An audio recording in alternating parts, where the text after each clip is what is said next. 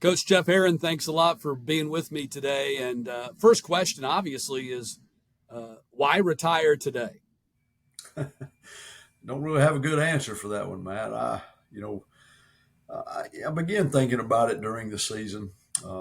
Just didn't feel like that. It was becoming more difficult for me to have the passion and energy and things that I think you have to coach, certainly at the 7A level in Georgia. And I was thinking about it, and then we got on a run, and it's kind of like playing golf, and you're having a miserable day, and then you hit a few good shots, and all of a sudden you want to play again. So I was just kind of back and forth all through Christmas and the New Year's, and my wife and I've talked about it a lot, and I just felt like that it was the best thing for me, but I also felt like it was the best thing for Camden County. That I didn't want to stick around, past my time and past my prime, and I didn't want to become a liability. And I'm being serious, because I know you're being serious. I laugh at that, though. I mean, one of the greatest coaches in Georgia high school football history. Don't think that you well, would ever be a liability. Let me ask you: did any of those 4 long bus rides from Kingsland to Atlanta and back that you made in 4 consecutive weeks, not to mention the hotel stays, have anything to do with it? well, certainly didn't help. The uh, Lowndes and Valdosta trips the 2 weeks before those four started, so 6 road trips in a row, and certainly going on the road is tough on you anytime, and with just some health issues that I've had, being on the road made it even harder. So, but we were winning, and when you're winning, everything feels better, So, I had time to reflect on. Let's say this, had a lot of time to think while we were on the road for sure. No doubt about it. We have the highlights of that semifinal game, Camden County and Walton, behind us. And you guys made a great run in that third quarter and put a scare into them. Ended up losing that game, but pulled it within 21-17. I thought it was ironic that, if this is indeed the end, and I say that, in jest because I've called 3 of your final games in my career, and this being this was the third one here. It would be ironic that you ended your career at Walton, where you actually started your head coaching career back in 1989. Well, that thought crossed my mind. It did that night. Because like I said, I'd been considering it, and after the game, and got to see a lot of my old players from that very first team, and I thought, this is kind of neat, and maybe this is God's way of telling me that, okay, we put a nice little ribbon on it. You started here, you end here. Unfortunately, both of them were losses. The first game when I was the Walton coach, and this game when I was coaching against them. So, yeah, that little irony there, I guess, but. Uh, it was a great run.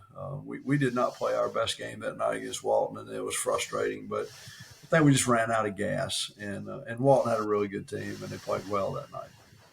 So you finish up your final season getting to the semifinals with a team that probably very few expected to get to the semifinals. Reflect on this final stint at Camden County and what you were able to do in a short period of time. We had great conversations leading into that semifinal game about how when you returned, the Camden County that you had been at before, from a player's expectation standpoint, was not the same one that you came back to. But it looks like you created it again. Well, that was the goal. I mean, no question that when I talked to them and they talked to me about coming back, this is kind of my coaching home, and I stayed here longer than any place I've ever been. And, it was kind of like when Bear Bryant made the comment when he left Kentucky to go to Alabama. He said, well, Mama called, and I kind of felt that way about Camden County, that, if I was going to continue coaching, that this was the only place I wanted to do it. And, the goal was we just wanted to get our kids back to where they believed they could play with anybody. That had kind of slipped a little bit for them. And, the first year, I thought I'll come in and get this done this year, and we had a really talented group of kids, but we lost, our last 6 games of the year. And, 5 of them were on almost the last play of the game, and it was one of the more frustrating things I've ever been through. But we learned, and the next year we got off to a slow start, started 0-2.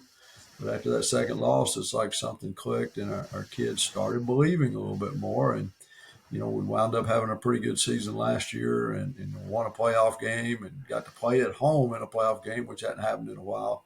And then that confidence kind of bled into this year. And this year we lost a few games that we probably shouldn't have, maybe, but the kids, watching them in the last part of the season in the playoff run, and just seeing their belief change to where they knew they were supposed to win, and that was really fun to watch and fun to be a part of. You had over 330 total high school football victories, 309 in the state of Georgia. And there's only 15 coaches in the entire history of the GHSA that won over 300 games, 300 or over. And you have the 5th highest winning percentage among that group. 5 state championships, 3 at Camden County, 3 in a row at Camden County, or was it 3 out of 4? I lose track. But you had 3 in a short period of time in Camden County about 15 years ago. 1-1 at Oconee County before that, 1-1 at Grayson after that. As you reflect on your career, what do you remember most, about that career and what you were able to accomplish? Well, man, there's so many good memories. There's some bad ones too. We lost some games there, that we shouldn't have. But I've just been very fortunate, and I mean that with all sincerity.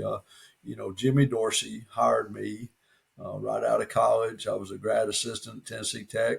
Got fired along with the rest of the staff there. And I thought, welcome to the world of college football. Yeah, right? And I thought, is this what it's all about? And Jimmy kind of rescued me, gave me a job, taught me into coming to Georgia, and I learned so much from him. And I never ever thought that I would be in it this long and be a part of that many victories. But the things that the good Lord's looked after me, man, and I have been blessed by being in good places that had good players and most of the time good administration. And when you've got good talent and you've got sorry about that, when you got good talent and you got good administration and everybody's pulling the same direction, it makes it easy. And I was very fortunate because my first job was, as you said, at Walton, had a great principal, and we had a good year. And then all of a sudden, I couldn't get a job for 5 years at McEacher, and I probably interviewed for 80 jobs and nobody would hire me. But after we had a good year at Walton, then all of a sudden it became easier to get a job. And then it became more easy to get a better job. And so I've been very fortunate. I had a lot of really good football players play for me, a lot of great assistants, and a lot of great administrators. And when you have those things, it's easy to be successful. One of my lasting memories of you was actually in a victory. It was when your last game at Grayson, you won the state championship. You guys beat Roswell. They missed a last-second kick that could have tied the game and continued overtime. And I remember you went out and while your team was celebrating, you went out to console the kicker who missed that kick and just reached down and kind of touched him on the shoulder when he was going through one of the most difficult moments of his young life at that point.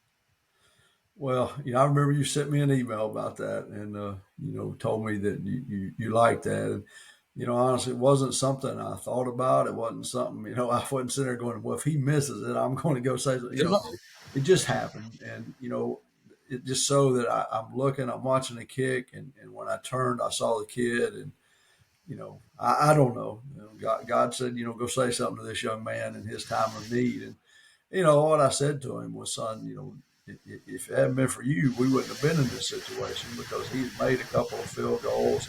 He made a tackle on the kickoff and a punt return that saved 2 touchdowns. And, people forget that. So it just seemed like the right thing to do. And, again, wasn't a lot of forethought, but, I do appreciate you mentioning that or whatever. That was a heck of a football game. It was. 2 of the best 7A, 6A, big school teams I believe it's ever played for a state championship. So much talent on the field. And, we were fortunate that it ended the way we did. Just a couple more questions, just kind of big picture questions. As you look at high school football right now in the state of Georgia, what do you like about it? What do you for lack of better words, don't like about it, or you'd like to see changed if you had the opportunity to kind of fix some things? Well, man, I'm probably going to say some things here that get me in trouble, but I'm going to be honest. Yeah. You know, kids are still kids, and they're fun to coach and they like discipline and all those things. But I think it's become increasingly more difficult for teams from the southern part of the state that are somewhat isolated because sooner or later you're going to run into teams in the Atlanta area that have the benefit of proximity where a lot of athletes will decide to move into a particular school. Very similar to what happened at Grayson that year. We had them, Roswell had them. There were two great football teams loaded with talent. In South Georgia, that's not as easy. Or I shouldn't say easy. It just doesn't happen as much because of proximity. I mean, closest school to us in Georgia is almost 40 miles away. So, up there in 40 miles, there might be 30 schools, and so kids move. It's become almost kind of an all-star mentality that, well, that kid went there, so I'm going to go there. And, I don't think coaches are cheating or whatever, nobody's going to turn down a kid that shows up at your door, and says, I want to come and play here. But, a lot of kids move these days and they for different reasons. And that part, I think, is taking the joy, the hometown feel out of high school football. And I hate that, I really do. And, so much has been said anymore, and, you watch broadcasts and everybody wants to talk about prospects and how many stars a kid's got and, all that. And again, hey, it's the way of the world. You have to adapt, you have to adjust, but I miss those days where, kids played for their hometown and everybody supported them on Friday night, and a kid wouldn't move, if his house was on fire, he probably wouldn't move out of town, and I think it's made it more difficult for the teams in the South to compete every year. I think we can do it. I think, you're going to have a special class, a talented class come along together, things go right and all that. But, if you run into a team that's had a lot of kids move in and it's just super talented, not much you can do. And that bothers me because I don't know that the playing field is exactly as level as it once was. My final big picture question is more of a X's and O's kind of question. You guys ran the wing T, or the West Coast wing T, as you described it to us. Appreciate y'all saying that, by the way. As we were preparing for the semifinal game. And I mean, you guys were very effective with it. I think it's still a great offense. Do you see a day where some of the teams where they don't have the spread mentality, but they're trying to force it, maybe get back to trying to do something a little bit different? The two wing T teams, I believe it was two that we saw in GPB this year, both of them were very successful in doing what they were doing.